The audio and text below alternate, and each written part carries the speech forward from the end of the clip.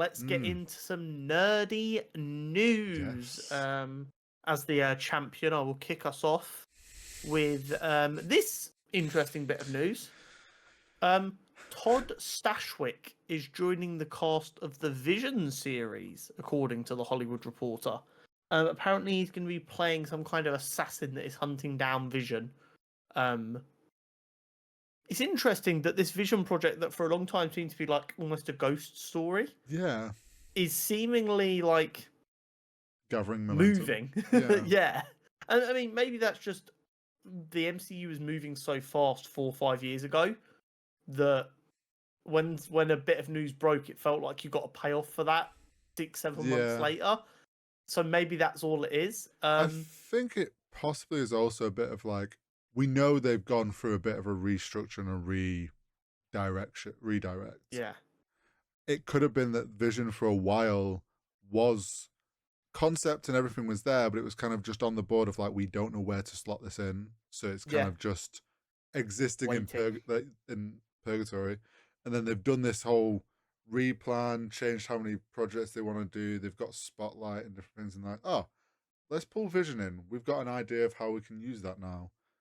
I also wonder if, as we know, the Agatha All Along starts next week. I wonder if they've seen what that looks like on the back end, and they've gone, that's really good. We need to get moving on this Vision one so that people don't wait 4 years before they get the next installment from this storyline. It could also be a part of like they've looked back and gone, oh, we left that thread very open. Yeah. We know people have been asking for here and there, keep asking answers about what happened to the Vision that flew away. There's also a number of rumors that Armor Wars, although it's still operating under the Armor Wars title, is actually a West Coast Avengers project now.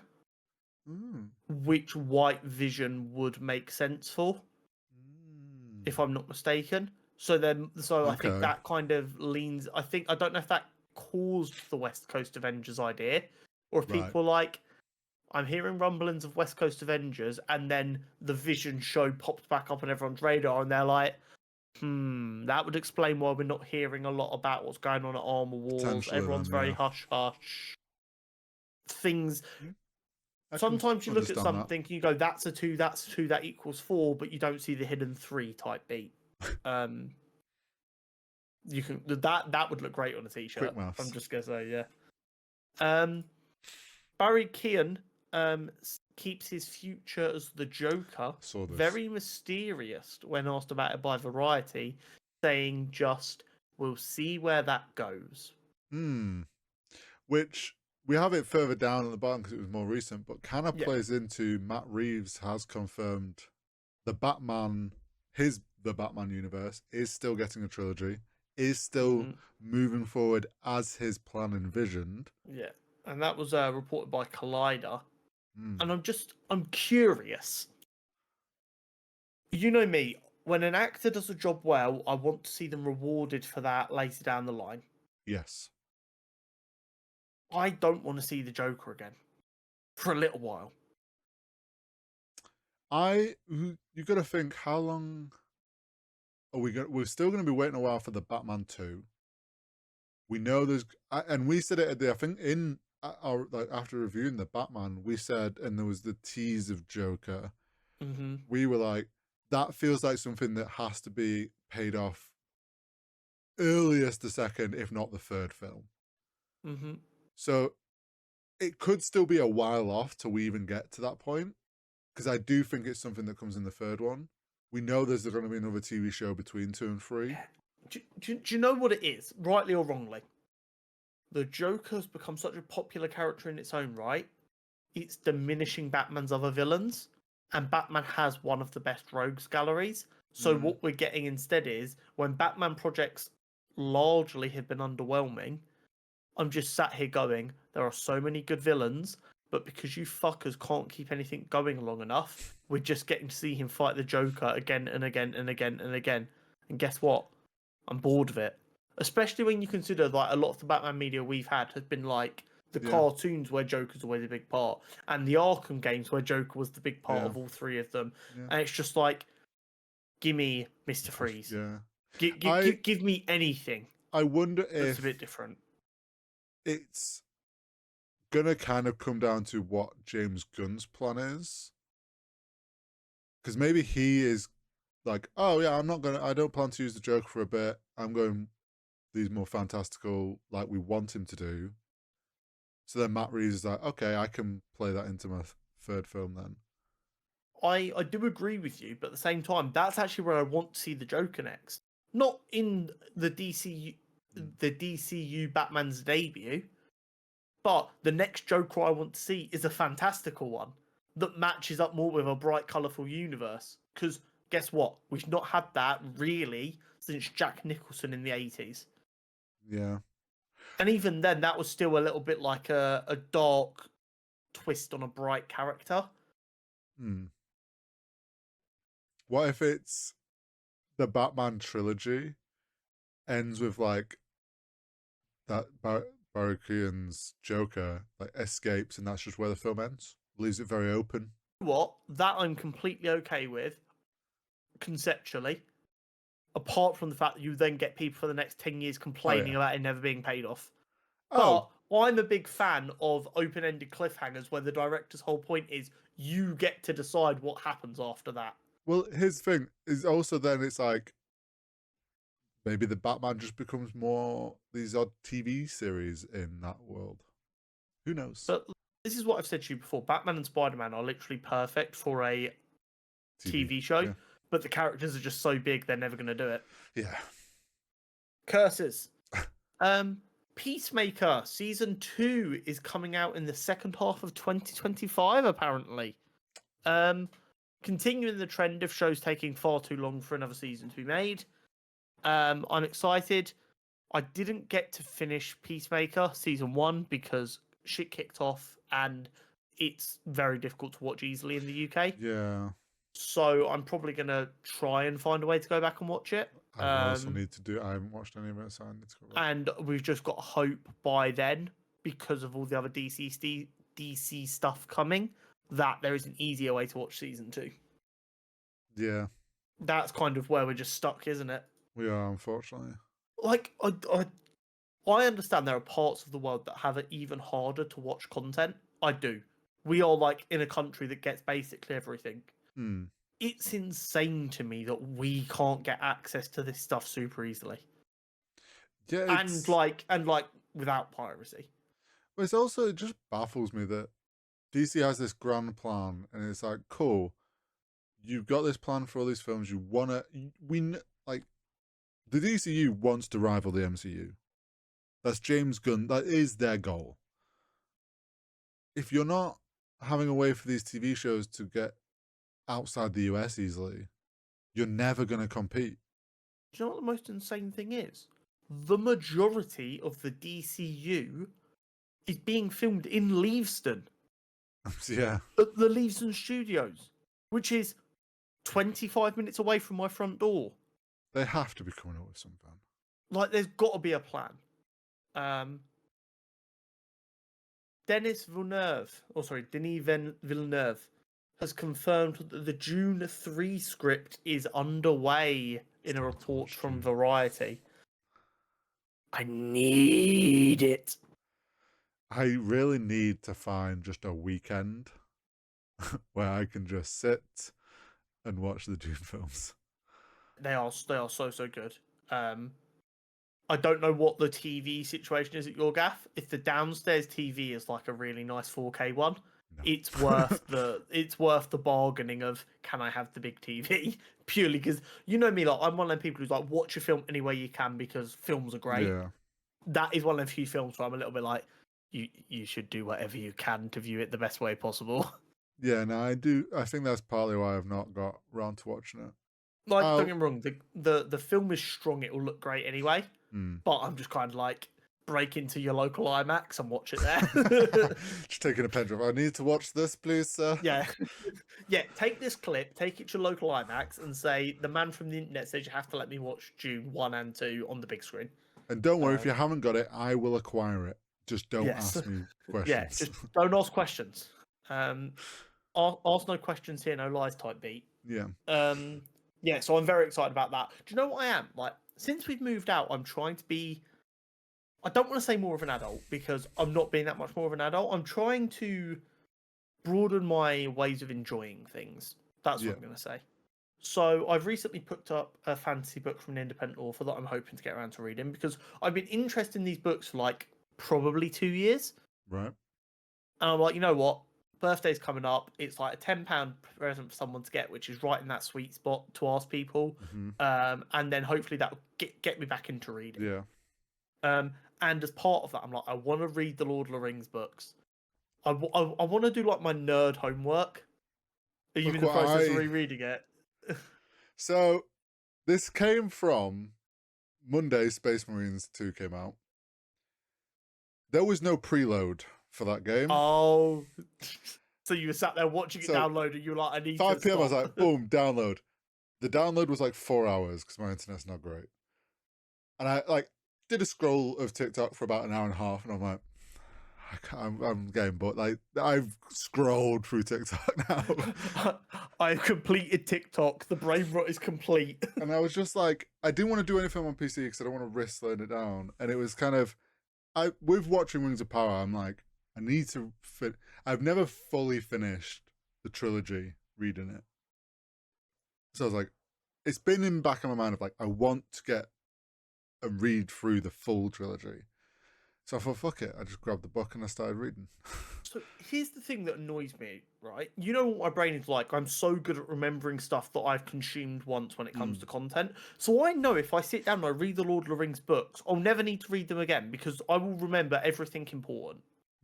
That's the beauty of my brain. It's a gift and a curse. If only I could have done that for studying. And on the same flip side, I'm like, I know the Dune books get a bit weird. I want to read the original ones that the trilogy of films is based off. Yeah. Because I love my comic books, and like people might look down on comic books, but it's the exact same concept. It's reading stuff you're interested in. And I'm trying to get back more into music, and every time where I'd normally do stuff in silence, I'm like, fuck it, music's going on. Let me listen to something new. And so like I want to get back into books. So I need something to kick me up the arse, and I'm hoping this book that I've got is going to do it. The Emmys are really weird because the Emmys haven't happened yet, but some awards have been given out, and basically I think they decide on, and I hate doing it this way, I'm just doing it as a way to kind of explain it, the second tier awards get given out not at a ceremony. Yeah, I get what you mean. Like the major ones get, like the main actor, the best series and stuff get given out at a ceremony. The headline awards get given out. Which is scumbaggery. I want a 12-hour award show where everyone given an award gets to celebrate it properly because they all deserve it, because these shows are not just the actors and directors and the writer, it is the prop masters and the set designers and all them brilliant people. But we do have some awards from this year's Emmys that have already been given out, so we're just going to talk about the amount that have been given out. Okay. So the Bear has already won 7 Emmys. Great. Some of them included guest actor, so Jamie Lee Curtis and I almost said Frank Castle, John Berthnell. And then I think best episode as well for Fishes, I think, won it. Or it might have been Forks, I can't remember which one.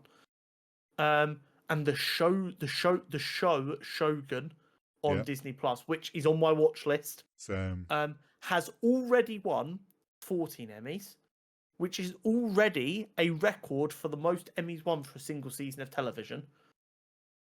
Damn. And it's still expected to clean up the rest it's nominated for in like the main show. It was nominated for, I think, 21, and it's won 14 already. We could be looking at like maybe a clean sweep. Damn.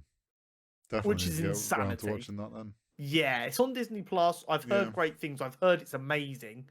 It's just finding time. This is one of the most heartbreaking bits of news I've actually had to deliver on this. I saw it at about midnight, whichever night it was, and I genuinely cried. James Earl Jones, the voice of Darth Vader and Mufasa, as well as a bunch of other roles. He gave Denzel Washington his start. Denzel Washington has said that James Earl Jones was an inspiration to him. And when you look at that kind of inspirational lineage, James Earl Jones inspired Denzel Washington, who's inspired an entire generation of black actors.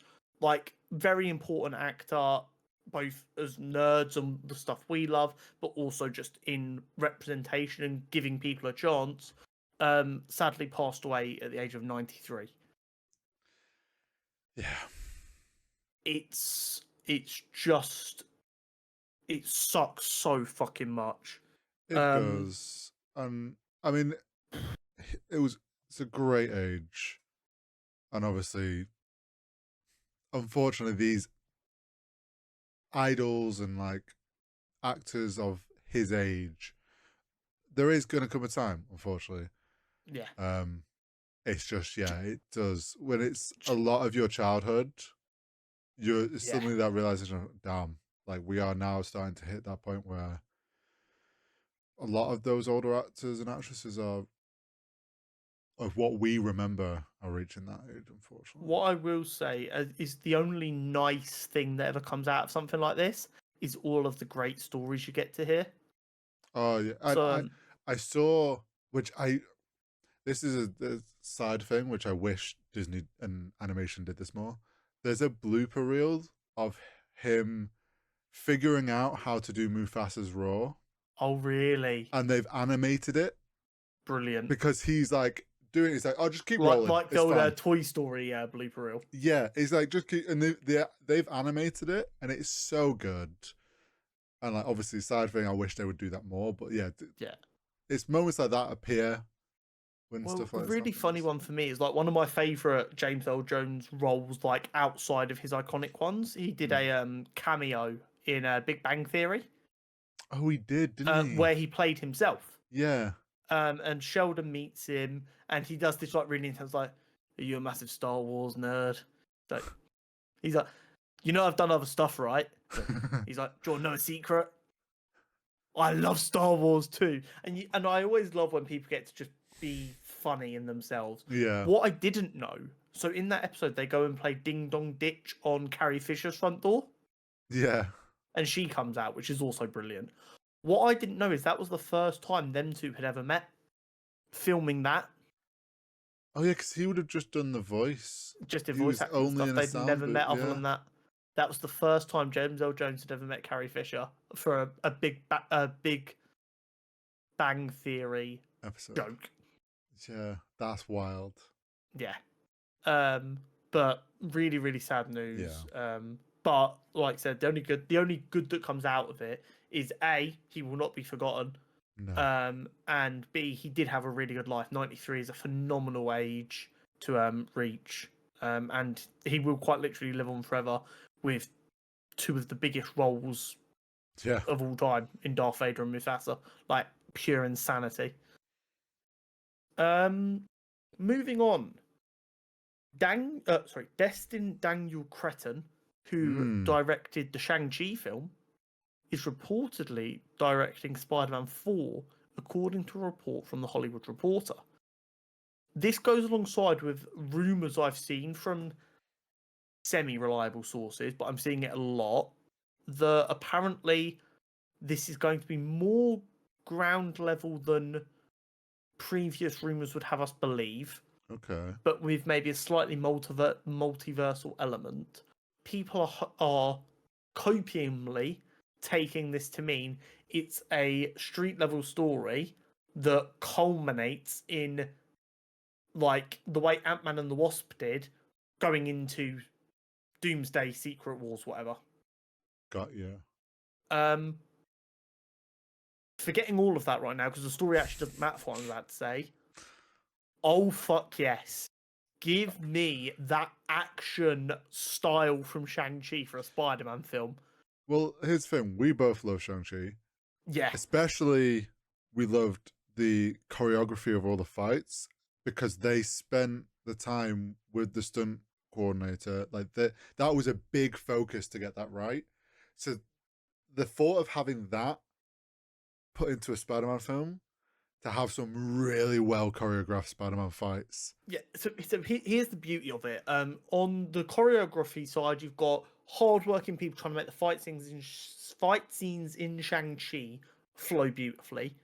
Then you've got the director's the only person I think to credit here. The beautiful camera work that really gives you the full feeling of the fight scene, like the bus scene. Yes. Brilliant.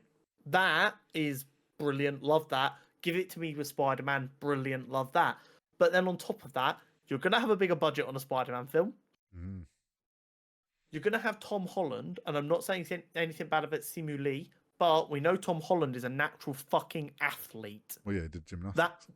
That dude is going to eat through choreography. Yep. So excited to see what they cook up for that. It's going to be so much fun. If it is a more street level story, which suits this direction partnership even better, I'm so here for it. This is the first bit of news regarding Spider-Man 4 that's concrete that I'm like, okay, I'm starting to build a vision in my head. Please don't disappoint it. Yeah, mood. Hopefully it lives up to our expectations. Absolutely. I mean, closer to, what is it, Way of the Spider.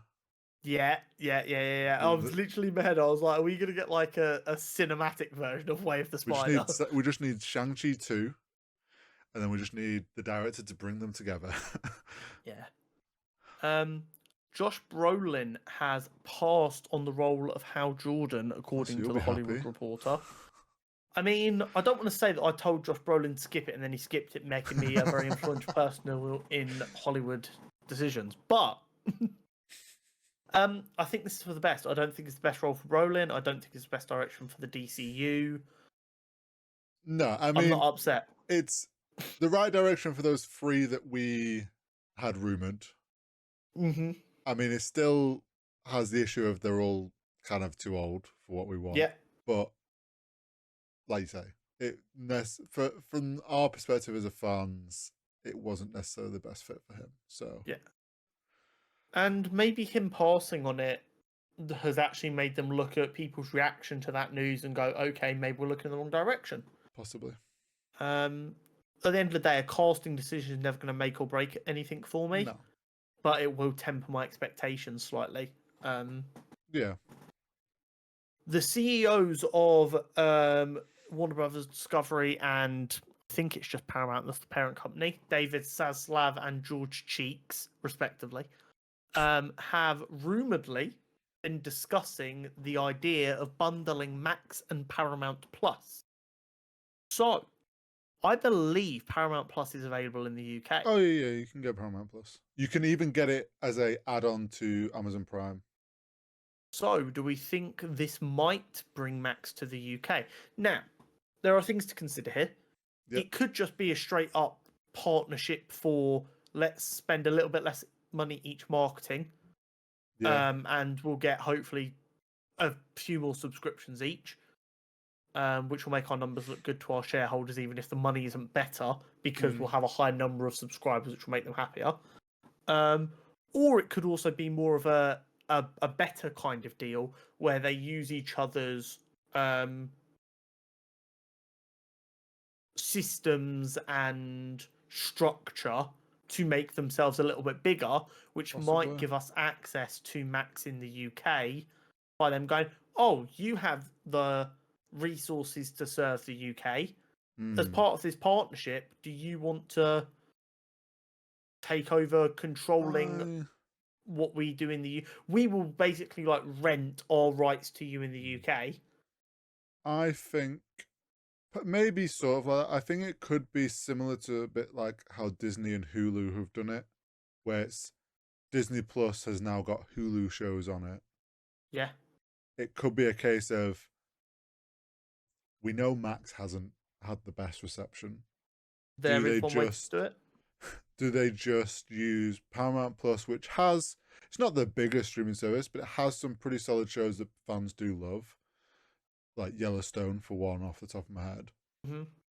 Do they just merge it and it's like Max shows, HBO Max shows get put onto Paramount Plus as well? Yeah. But there is a chance that if this happens, it gives us a way to watch it in the UK.